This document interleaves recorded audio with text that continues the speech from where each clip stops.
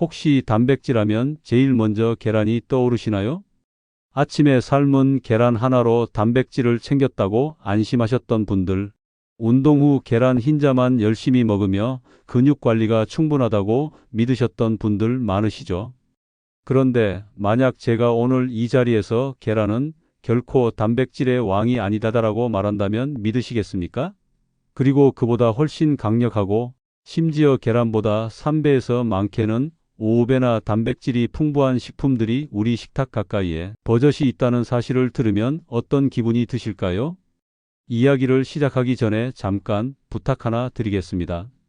저희 채널은 여러분의 구독과 좋아요, 그리고 짧은 댓글 하나하나가 큰 힘이 됩니다. 영상 제작과 더 깊이 있는 건강 정보 전달을 위해서 지금 구독 버튼과 좋아요 꼭 눌러주세요. 여러분의 관심이 저희 콘텐츠의 생명줄입니다. 이제 본격적으로 이야기를 해볼까요? 대부분의 사람들은 계란이 단백질의 기준처럼 여겨집니다. 이유는 단순합니다. 구하기 쉽고 요리하기 간편하며 건강식이라는 이미지가 수십 년 동안 자리 잡았기 때문이죠.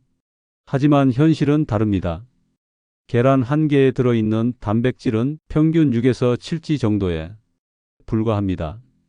수치로만 본다면 이보다 훨씬 많은 단백질을 제공하는 식품이 수두룩합니다. 문제는 우리가 그 사실을 잘 모른다는 것입니다. 특히 60세를 넘어가면 이야기가 완전히 달라집니다. 몸은 매년 근육량을 조금씩 잃고 체력은 예전 같지 않으며 무릎과 허리는 사소한 움직임에도 시큰거립니다. 많은 분들이 나이 들어서 당연한 것이라고 생각하지만 그 이면에는 오랜 기간 누적된 단백질 부족이 자리 잡고 있습니다. 근육 손실은 단순한 노화 현상이 아니라 생존과 직결된 건강 경고 신호입니다. 저는 수많은 상담과 자료를 통해 이런 사실을 직접 목격했습니다. 충분히 먹는다고 생각해도 실제로는 단백질이 턱없이 부족한 경우가 많습니다. 더 심각한 건 흡수 효율까지 떨어진다는 점입니다. 나이가 들면 위산 분비량이 감소하고 근육 합성률도 낮아져 같은 양을 먹어도 젊을 때보다 훨씬 적게 근육으로 전환됩니다. 그래서 오히려 나이 들수록 더 많은 단백질을 자주 다양하게 섭취해야 하는 것이죠. 여기서 한 가지 흥미로운 사실을 말씀드리겠습니다. 많은 어르신들이 단백질 부족의 대표 증상을 피로감이나 체력 저하로만 생각합니다.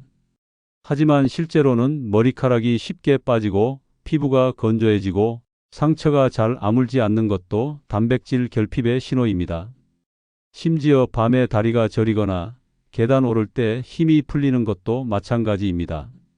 그런데 이런 증상들은 너무 일상적이라 대부분 다른 이유로 착각하고 넘어갑니다. 그렇다면 질문을 드리겠습니다. 당신의 식탁은 정말 충분한 단백질을 제공하고 있습니까? 아침에 계란 하나, 점심에 국수 한 그릇, 저녁에 김치찌개와 밥. 이런 식단이 과연 근육과 면역력을 지켜줄 수 있을까요? 오늘 저는 여러분께 계란보다 훨씬 뛰어난 단백질 식품들을 공개하려고 합니다.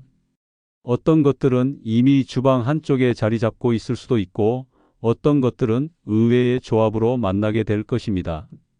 게다가 이 식품들은 단백질뿐 아니라 노년기에 꼭 필요한 다른 영양소까지 함께 제공합니다. 즉, 단순히 근육을 지키는 것을 넘어 뇌 건강관절 보호 면역력 강화까지 한 번에 잡을 수 있습니다. 이 영상 끝까지 보신다면 첫째, 계란이 절대 단백질의 절대 기준이 될 수 없는 이유. 둘째, 계란보다 최소 2배에서 5배 더 단백질이 풍부한 식품 6가지. 셋째, 흡수율을 극대화하는 식사 패턴과 식단 구성법. 넷째, 실제로 단백질 부족을 해결하고 건강을 되찾은 사례까지 확인하게 될 것입니다. 당신이 지금까지 알고 있던 단백질이 완전히 뒤집힐 수도 있습니다. 그럼 지금부터 단백질의 새로운 세계로 들어가 보겠습니다. 나이가 들수록 단백질은 단순히 근육을 만드는 영양소가 아니라 면역력, 호르몬 균형, 뼈 건강, 상처 회복 속도까지 좌우하는 필수 자원입니다. 그런데 많은 분들이 여전히 계란 하나면 충분하다는 생각을 하고 있습니다. 하지만 이는 큰 오해입니다. 계란 1개에 들어있는 단백질은 약 6g입니다.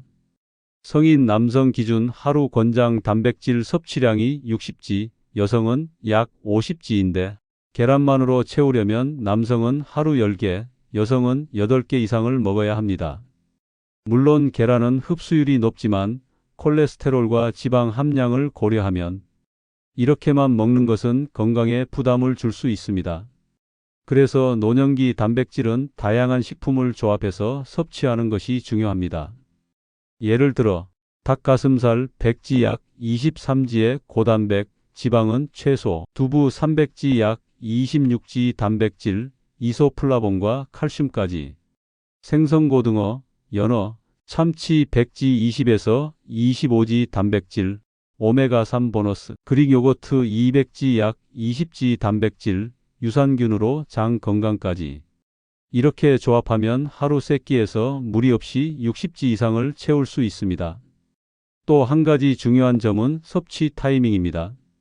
나이 들수록 단백질 흡수 능력이 떨어지기 때문에 한 번에 몰아먹는 것보다 아침, 점심, 저녁에 나눠서 섭취하는 것이 효율적입니다.